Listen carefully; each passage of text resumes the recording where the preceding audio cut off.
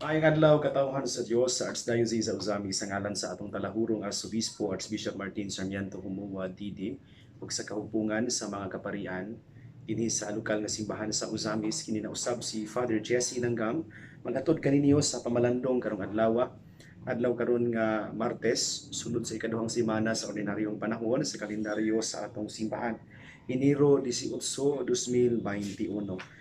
Mga igsuon ang ebanghelyo nga atong pamalandungan atong putluon gikan sa ebanghelyo sumala ni San Marcos. Usa ni ana kaadlaw igpapahulay nahiagi si Jesus ug ang iyang mga tinun-an sa kaumahan sa trigo samtang naglakaw sila ang iyang mga tinun-an nangutlog mga uhay sa trigo. Busa ang mga Pariseo miingon kang Jesus, "Tan-awa ra, supak sa atong balaod kining gibuhat sa imong mga tinun-an sa adlaw igpapahulay." Si Jesus mitubag, "Wala ba kamo makabasa sa gibuhat ni David sa dihang gigutom siya ug ang iyang mga kauban? Misulod siya sa balay sa Dios ug mikaon sa pan nga gihalad sa Dios. Kini nahitabo sa panahon nga si Abiatar mao ang pangulong pari. Sumala sa atong balaod ang mga pari lamang mao'y makakaon ining pan ni hinalad. Pan si David mikaon niini ug iya paganing gipakaon ang iyang mga kauban." Ug kung iya miingon si Jesus, ang adlaw igpapahulay gibuhat alang sa kaayuhan sa tawo, apan wala buhata ang tawo alang sa adlaw igpapahulay. Busa ang anak sa tawo mao'y magbuot sa angay nga buhaton bisan sa adlaw igpapahulay. Mga igsoon, ang ebanghelyo sa Ginoo. Dayon ikaw o Kristo. Mga igsoon ko na ni Kristo, maayong buntag kaninyong tanan. Usa bay gisugo no sa Ginoo panahon sa adlaw igpapahulay. Usa sa napulo ka sugo sa Ginoo mao ang pagbalaan sa adlaw igpapahulay. Alang natong mga Katoliko maong ang adlaw Domingo. Niining maong adlaw obligado kita nga muhunong sa pagtrabaho sa atong naandang mga buluhaton aron pagsimba o pagdaig sa Dios. Apan wala kini magpasabot nga dili na kita mulihok niining maong adlaw. Gani mahimo man nga kita magbuhat sa atong mga apostolado matag Domingo. Kung kinahanglanon kaayo, mahimo usab nga kita mo trabaho aron sa pagluwas og kinabuhi sa atong kinabuhi o sa kinabuhi sa laing tao. Diya sa ebanghelyo karong adlaw mga igsuon, gipadayag ni Jesus ang tinuod gayud nga essence, no? Ang tinuod nga dugukan sa pagbalaan sa adlaw ipapahulay o sa kinatibuk-an sa tibuok balaod ni Moises. No? Iklaro ni Jesus ang reklamo sa mga mga Pariseo nga nakakita sa iyang mga tinun-an nga nangutlog mga uhay sa trigo tungod kay mao man ni ang hinungdan nganong nagpagkulto no kining mga Pariseo. Alang sa mga Pariseo mga igsuon, sanglit adlaw man kini nga igpapahulay, tan-aw nila no nga wala gyud buhaton bisan unsa usa ka butang no. Ang usa ka tawo no panahon sa adlaw ipapahulay. Sa karaang panahon mga igsuon, ang pagpuasa nahimong kabahin no sa adlaw ipapahulay. Kini tungod kay adlaw lagi kini sa Ginoo, ang mga Pariseo, ang mga Hudiyo naanda nila nga magpuasa aron nga magpaabot sila sa pag-abot no sa Ginoo, or magpuasa sila aron mangayo sila sa inang intention no, or the grace of God. No? Ug kay ang hinungdan di ay anong magpuasa sila ang Ginoo man, gipasabot pud karon ni Jesus no diha sa ebanghelyo nga ang gibuhat sa iyang mga tinun-an dili sukwahi sa adlaw ipapahulay tungod kay kauban man niya kan kauban man nila siya no? ang Ginoo. Ang violation nga gitan-aw sa mga Pariseo mga igsoon, gitan-aw nila nga violation to the Jewish law, to the Jewish law no sa balaod sa mga Hudiyo no. Ug alang nila tungod kay naka-violate man si Jesus ug ang iyang mga tinun-an sa balaod sa adlaw ipapahulay, gitan-aw nila nga si Jesus dili maayo nga Hudiyo. Sa ilang panahon, a good Jew is a law-abiding Jew no. Ang usa ka maayo nga Hudiyo mao katong nagsunod sa balaod no sa mga Hudiyo. Pero tinuod ba gyud no nga dili maayong Hudiyo si Jesus? Apparently no. Gigamit kini karon nga sitwasyon sa atong Ginoong Hesus aron ipaklaro ngadto sa mga Pariseyo. Usa bay ilang gibuhat no nga sayop no sukad masukad. Sama sa ato nang nahinumduman ug nasayran ang mga balaod nga nag-awat ni Moises sa papan nga bato, the Ten Commandments. Out of those 10 commandments, 603 precepts no i-birds no gikan atong napulo nahimo kining 603 kabuok. Ug in the process tungod kay nanaghan naman kayo mga precepts, ang espiritu, ang essence sa balaod daw natabunan no tungod ining mga additional laws no nga nahimo natukod sa mga Pariseyo, sa mga Hudiyo. O kini mao ang gustong pahinumdom ni Jesus karon no ngadto sa mga Hudiyo. Gusto ni Jesus nga masabtan sa mga Hudiyo nga it's not just merely about following the laws nor the fulfillment ni atong mga nadugang nga mga precepts. Mao bitaw ni nga gisumada ni Jesus ang napulo ka mga sugo sa usa lang ka balaod sa gugma. Love God and love your neighbor. Tungod kay ang paghigugma mao man ang tinuod nga essence no dugukan sa mga balaod no? Sa balaod ni Moses, sa balaod sa Dios. Tinuod nga legalistic kaayo ang mga Hudiyo, mga igsoon. Apan kini ilang pag-legalistic nahimo ba namong babag no sa tinuod nga dugukan o unod no sa balaod. Mo bitaw ni nga sa ebanghelyo karon gitapos ni Jesus ang ebanghelyo sa pag-ingon ang adlaw ipapahulay particular o in general ang balaod mismo gibuhat alang sa kaayuhan sa tawo. Pasabot nga this is all for the common good of the people. No? Ang balaod wala gihimo aron ma-deprive na inuon ang usa ka tawo sa hustisya. Wala pod ni gihitukod ang balaod aron nga madaot o mabutang sa peligro ang usa ka tawo. In this case, in sa ebanghelyo, mamatay sa kagutom. Tingali mamatay yun, pero gutumon pag-ayo ang iyang mga pasmo, ang iyang mga tinunan o si Jesus mismo. Tungod lang kay maski pa kabililhon nila ang balaod, inay ang kaayuhan sa tao. Balikon ako, mao ni ang gustong ipahinumdom ni Jesus karon sa mga Pariseyo. The true essence and spirit of the law, ang dugukan sa balaod. O nining tungura, ang dugukan, ipasabot ni Jesus nga wala lain nga tumong ang Dios iyang gitukod ang balaod, kundili nga aron ang usa ka tawo makabaton sa kaayuhan. Sama nga iyang gi-cite karon nga example ang nahitabo kang David no. O ang sa iyang mga tinun-an, panggutom sila niya nandulod sila sa balay sa templo sa Dios ug nangaon sa paan nga gihalad ngadto sa Dios nga ang makakaon atong pain ang mga pari lamang no sa Dios. Pero ngano man nga nikaon man si David ug iya paganing gipakaon ang iyang mga kauban. Kini tungod kay nahibalo si David no nga mas maayo ang paghatag sa angay sa hustisya ngadto sa tao kaysa so too much no legality no. Too much pang pagharigorista no sa mga Hudiyo. Ang bottom line mga igsoon mao ra gyud no nga the true essence and purpose of the law of the institution of the Sabbath, the rest day no sa adlaw ipapahuli alang nato mga Katoliko ang adlaw Domingo, mao ra gyud ang common good. God meant that the good of everyone should take precedence na mo may mauna ba o kining common good nga gisgutan dinhi, kining kaayuhan nga gisgutan dinhi dili lang ni physical or material nga sustenance no. Konektado kayo ni sa pagtuo ug sa kaluwasan. After all, ang hari nga si David, ang iyang mga kauban, nakigbatok man o sa gitawag og battle of God. No?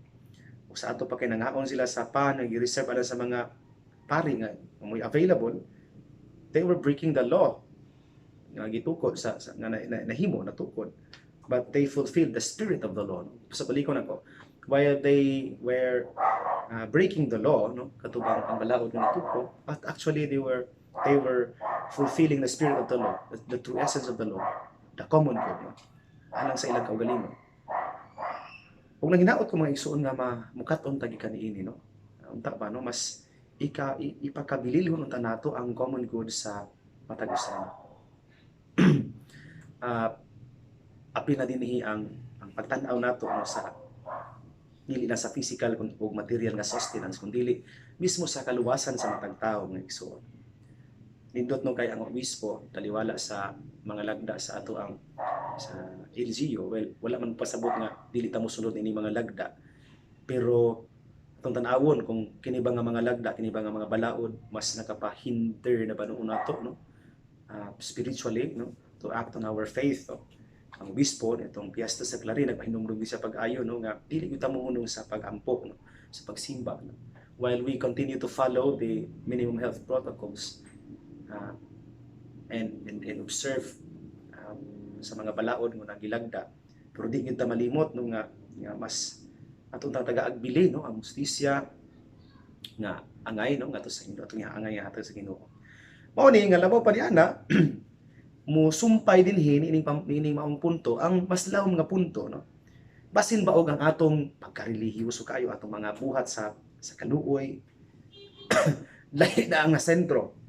Kay mo bitaw ni mingon ang Ginoo karon sa ebanghelyo, ang anak sa tawo mao'y magbuot sa angay nga buhaton sa adlaw ipapahuli. Ug pasapot kanaa niya ang sentro, siya ang sentro.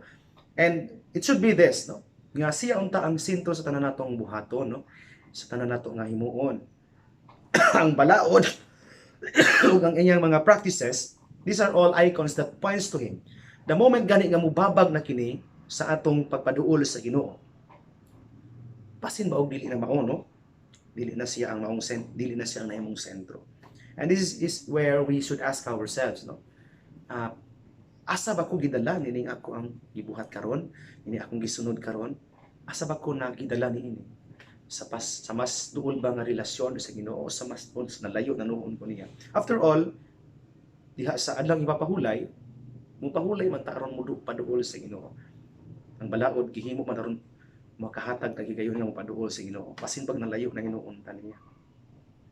Pasin ba og nalahi na hinuon ng sentro, dili na ang Ginoo kundi ang atong kaugalingon, ang atong gusto, ang atong mga gipakabililhon sa kinabuhi.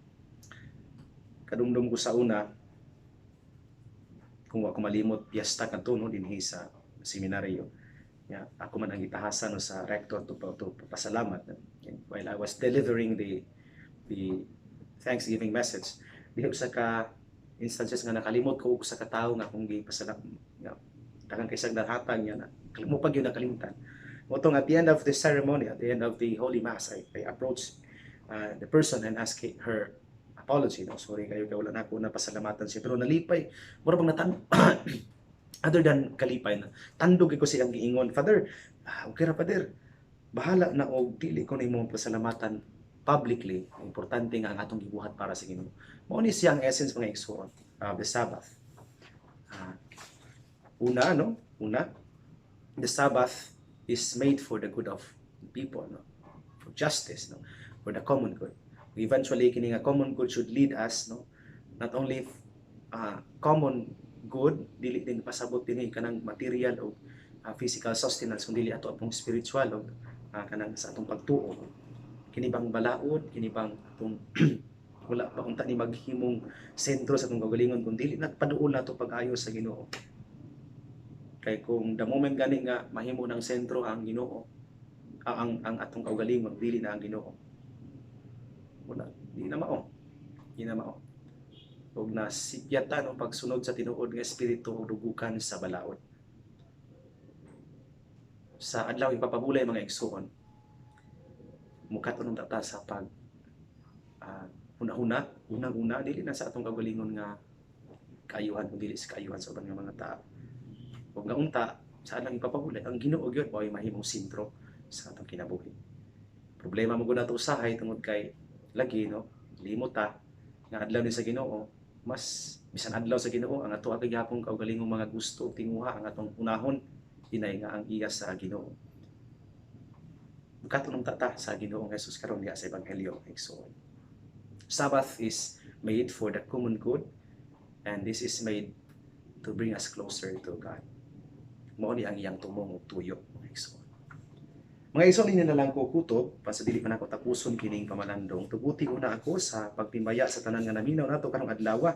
Diya sa itong mga radyo o nagtanaw nato, diya sa itong mga telebisyon. Kaninyong tanan mayong adlaw o mayong buntag.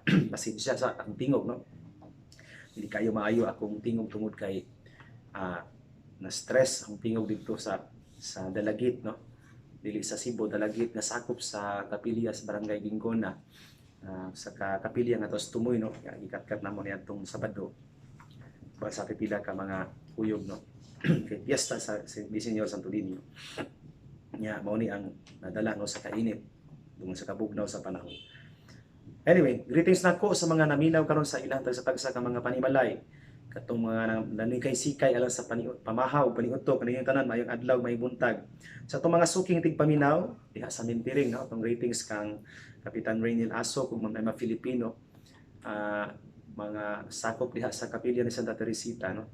Ikan diha sa Karangan, tayon sa Kabatuan, Kalabayan, sa Lipusong, Pantaon, Pukaw, Lalapang, sa Muntol, na diha si Ma'am Rosvilla, Kalimpusan naman siya mga kauban sa buhat, sa Tipan, sa Trigos, sa Ginguna, Manaog nga sa Gimad, Kinuman, kaninyong tanan may adlaw may buntag. Sa Kinuman, aldi si Sir Chris Pitilios, sila si Ma'am Elena, no? Ma'am Lina Munoz, family, no? Good morning niyo diha.